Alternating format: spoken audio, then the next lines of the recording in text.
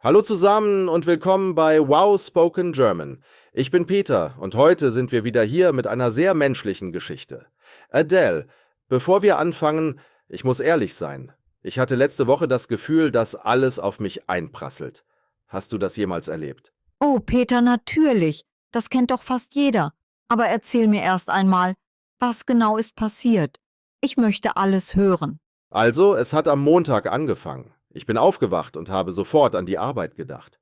Dann fiel mir ein, dass ich vergessen hatte, meiner Mutter zurückzuschreiben. Dann habe ich an den Arzttermin gedacht, den ich noch nicht vereinbart hatte. Und dann, schwupps, war es schon 9 Uhr und ich war immer noch im Bett und konnte mich nicht bewegen. Das klingt wirklich schwer, Peter. Dieses Gefühl, wenn so viele Dinge gleichzeitig in deinem Kopf sind und du nicht weißt, wo du anfangen sollst. Wie nennt man das auf Deutsch? Überwältigt. Du warst überwältigt. Genau das Wort. Überwältigt. Liebe Zuhörerinnen und Zuhörer, habt ihr dieses Wort mitgehört? Überwältigt. Das bedeutet, wenn zu viele Dinge gleichzeitig auf einen einwirken und man das Gefühl hat, man kann nicht mehr. Kennt ihr dieses Gefühl? Schreibt es gern in die Kommentare. Sehr gut, Peter. Und ich finde es mutig, dass du das so offen sagst. Viele Menschen fühlen sich so, aber nicht alle sprechen darüber. Wie bist du dann mit dieser Situation umgegangen? Zuerst habe ich versucht, alles auf einmal zu erledigen. Ich habe eine Liste geschrieben. Kennst du das, Adele? Eine endlose Liste mit Aufgaben? Oh ja, ich kenne das sehr gut. Ich schreibe manchmal Listen und dann werden die Listen selbst zu einem Problem, weil sie so lang werden. Man schreibt einkaufen, Steuern machen, Freunde anrufen, Sport treiben, das Zimmer aufräumen und plötzlich ist die Liste so lang, dass man gar nicht mehr anfangen möchte. Das ist ein bisschen paradox, oder? Sehr paradox. Aber dann hat mir mein Kollege Martin einen Tipp gegeben. Er hat gesagt, Peter, fang mit der kleinsten Aufgabe an, nicht mit der wichtigsten, nicht mit der schwierigsten, einfach die kleinste. Das ist ein kluger Rat. Der Fachbegriff dafür ist manchmal die sogenannte 2-Minuten-Regel. Wenn etwas weniger als 2 Minuten dauert, mach es sofort. Habt ihr das schon gehört, liebe Zuhörer? Was denkt ihr darüber? Funktioniert das für euch? Bei mir hat es tatsächlich geholfen. Ich habe zuerst eine kurze Nachricht an meine Mutter geschrieben. Das hat nur 1 Minute gedauert. Und danach, ich kann es kaum erklären, fühlte ich mich schon etwas leichter. Das ist Psychologie, Peter. Wenn wir eine Aufgabe abschließen, schüttet unser Gehirn ein kleines bisschen Dopamin aus. Das ist ein Stoff im Gehirn, der uns glücklich macht. Und dieses kleine Glücksgefühl gibt uns die Energie, die nächste Aufgabe anzugehen. Wow, das wusste ich gar nicht. Also hat mir mein Gehirn selbst geholfen, weniger überwältigt zu sein. Interessant. Aber Adele, ich möchte dich auch etwas fragen. Du wirkst immer sehr ruhig und organisiert. Hast du wirklich niemals dieses Gefühl? Peter, natürlich habe ich das. Letzten Monat zum Beispiel. Ich hatte Deadlines bei der Arbeit, meine Schwester hat geheiratet, ich musste eine Rede vorbereiten und gleichzeitig war meine Wohnung ein absolutes Chaos. Ich saß abends auf dem Sofa und wusste nicht, ob ich lachen oder weinen sollte. Oh nein, was hast du dann gemacht? Ich habe erst einmal tief durchgeatmet. Das klingt vielleicht einfach, aber tiefes Atmen hilft wirklich. Man nennt das auch Bauchatmung. Du atmest langsam ein, hältst kurz an und atmest dann langsam wieder aus. Liebe Zuhörerinnen und Zuhörer, probiert das gerade einmal aus, wirklich. Atmet einmal tief ein. Eine schöne Übung. Ich finde es toll, dass wir das zusammen mit unseren Zuhörern machen können. Aber zurück zu dir, Adele. Hat das Atmen wirklich geholfen?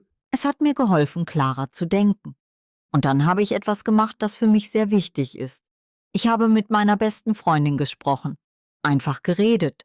Nicht um Lösungen zu finden, sondern nur um alles auszusprechen. Das ist so wichtig. Das Aussprechen. Manchmal sind die Dinge in unserem Kopf viel größer, als sie in Wirklichkeit sind. Wenn man sie ausspricht, werden sie irgendwie kleiner. Ganz genau. Es gibt sogar einen deutschen Ausdruck dafür. Reden ist Silber, Schweigen ist Gold. Aber bei emotionalen Problemen ist das manchmal umgekehrt. Manchmal ist Reden Gold. Ha, das gefällt mir. Liebe Zuhörerinnen und Zuhörer, kennt ihr dieses Sprichwort? Reden ist Silber, Schweigen ist Gold. Schreibt in die Kommentare, ob ihr das kennt und ob ihr eher redet oder schweigt, wenn ihr euch überwältigt fühlt. Ich bin gespannt auf eure Antworten. Aber Peter, ich möchte noch über etwas sprechen. Es gibt ja verschiedene Arten, wie sich dieses Gefühl zeigt. Bei manchen Menschen ist es Müdigkeit. Sie schlafen viel, weil der Körper eine Pause braucht. Bei anderen ist es das Gegenteil. Sie können überhaupt nicht schlafen. Oh ja, das kenne ich auch. An diesem Montag konnte ich kaum schlafen. Ich lag im Bett und mein Kopf hat einfach nicht aufgehört. Gedanke nach, Gedanke nach, Gedanke. Wie ein Karussell, das sich nicht stoppt. Das beschreibt es sehr schön. Ein Gedankenkarussell. Das ist sogar ein Wort, das viele Deutsche benutzen. Gedankenkarussell. Schreibt das auf, liebe Deutschlernende. Ein Gedankenkarussell. Das Karussell ist das Kinderkarussell auf dem Jahrmarkt. Und ein Gedankenkarussell dreht sich genauso, aber in deinem Kopf. Super Wort. Ich finde, diese Podcast-Episode ist nicht nur für Deutschlandende interessant, sondern auch einfach als Gespräch über das Leben. Denn jeder Mensch kennt dieses Gefühl. Ob jung oder alt, ob in Deutschland, Österreich, der Schweiz oder irgendwo auf der Welt, wo man gerade Deutsch lernt. Das stimmt, Peter. Und ich denke, es ist wichtig zu wissen, wenn man sich überwältigt fühlt, ist das kein Zeichen von Schwäche. Es ist ein Zeichen, dass man viel trägt. Und manchmal braucht man einfach eine Pause. Eine Pause. Das klingt so einfach, aber es ist manchmal so schwer. Warum haben wir so ein schlechtes Gewissen, wenn wir eine Pause machen? Das ist eine sehr gute Frage. Ich glaube, viele Menschen denken, dass eine Pause bedeutet, faul zu sein. Aber das stimmt nicht.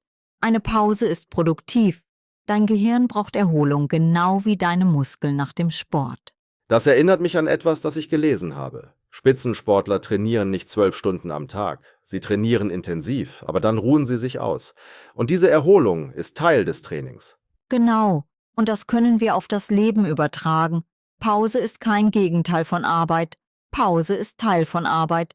Und ich finde, das sollten wir alle verinnerlichen. Verinnerlichen. Auch ein tolles Wort für unsere Zuhörerinnen und Zuhörer. Verinnerlichen bedeutet, etwas so tief zu verstehen, dass es ein Teil von dir wird. Ich finde Deutsch wirklich faszinierend. Es gibt immer so präzise Wörter für Dinge. Das stimme ich zu. Deshalb ist es so schön, Deutsch zu lernen. Und deshalb freue ich mich jeden Tag, mit euch auf Deutsch zu sprechen. Aber Peter, kommen wir zu einer praktischen Frage. Was machst du jetzt konkret, wenn du merkst, dass das Gefühl der Überwältigung wiederkommt? Ich habe inzwischen eine kleine Routine entwickelt. Erstens, ich schreibe alles auf, was in meinem Kopf ist. Nicht als Liste von Aufgaben, sondern einfach als Gedanken. Wie ein Tagebuch. Das nennt man manchmal auch Gedanken aufschreiben oder Gedanken entleeren. Das ist eine wunderbare Technik. Und dann? Dann schaue ich, was wirklich wichtig ist. Nicht alles, was dringend erscheint, ist auch wirklich wichtig. Das ist ein Unterschied, den ich erst lernen musste. Dringend und wichtig, das ist nicht dasselbe. Das ist so wahr. Manchmal erscheinen Dinge dringend, zum Beispiel eine E-Mail beantworten. Aber wenn man ehrlich ist, könnte die E-Mail auch morgen beantwortet werden. Und manchmal sind Dinge wichtig, aber nicht dringend. Zum Beispiel Zeit mit der Familie verbringen. Genau. Und drittens, und das ist vielleicht das Wichtigste, versuche ich nett zu mir selbst zu sein. Das klingt vielleicht seltsam, aber ich rede manchmal sehr hart mit mir.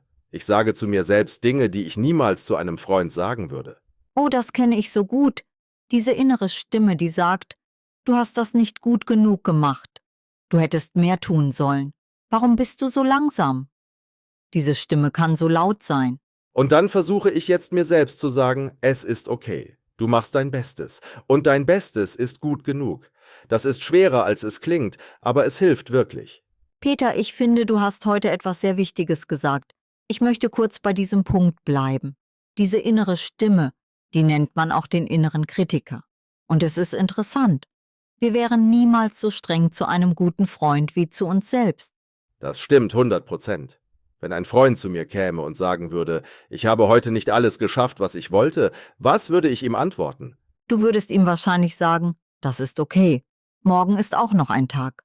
Du hast dein Bestes getan. Richtig? Genau. Aber zu mir selbst sage ich das viel seltener. Das ist fast ein bisschen traurig, wenn man darüber nachdenkt. Es ist traurig, aber es ist auch sehr menschlich. Und der erste Schritt ist, es zu erkennen. Wenn wir merken, dass wir zu hart zu uns sind, können wir innehalten und fragen, würde ich das zu einem Freund sagen? Diese Frage verändert manchmal alles. Das ist eine wirklich kluge Methode, Adele, und ich glaube, viele unserer Zuhörerinnen und Zuhörer kennen das. Ihr, die gerade Deutsch lernt, ihr seid auch manchmal hart zu euch selbst, oder? Wenn ihr ein Wort vergessen habt, wenn ein Satz nicht perfekt war. Aber ihr macht euer Bestes und das ist wunderschön. Ganz genau. Und genau deshalb sind wir hier bei Wow Spoken German, um euch zu zeigen, dass Sprache lernen ein Prozess ist. Ein schöner, manchmal holpriger, aber immer wertvoller Prozess. Holprig, wieder ein tolles Wort.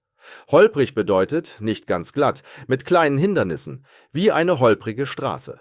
Aber manchmal sind die holprigen Wege die interessantesten, oder? Absolut. Und ich möchte unsere Zuhörerinnen und Zuhörer direkt ansprechen. Wenn ihr euch gerade selbst überwältigt fühlt, ihr seid damit nicht allein. Das ist ein Gefühl, das alle Menschen kennen. Und es geht vorbei. Wunderschön gesagt, Adele. Und denkt daran, manchmal ist die mutigste Sache, die man tun kann, einfach um Hilfe zu bitten, einen Freund anrufen, mit jemandem reden oder einfach eine Pause machen. Genau. Und wenn ihr eine Pause macht, warum nicht Deutsch lernen mit uns? Das ist eine schöne, entspannte Pause, die euch gleichzeitig etwas beibringt. Ha, das ist ein guter Hinweis. Liebe Zuhörerinnen und Zuhörer, wir möchten von euch hören. Schreibt in die Kommentare, wann habt ihr euch zuletzt überwältigt gefühlt? Und was hat euch geholfen? Wir lesen alle Kommentare und freuen uns sehr auf eure Erfahrungen. Jede Geschichte ist einzigartig, aber vielleicht hilft eure Geschichte jemandem anderen. Das ist das Schöne an einer Gemeinschaft. Und vergesst nicht, Wow Spoken German zu abonnieren, wenn ihr das noch nicht getan habt. Jeden Tag neue Gespräche, neue Wörter, neue Themen, alles auf Deutsch, alles für euch. Es war wunderbar, heute mit dir zu sprechen, Peter. Und mit euch allen natürlich. Passt auf euch auf. Und bis zum nächsten Mal. Tschüss. Tschüss zusammen, macht's gut und vergesst nicht, ein Schritt nach dem anderen, das reicht.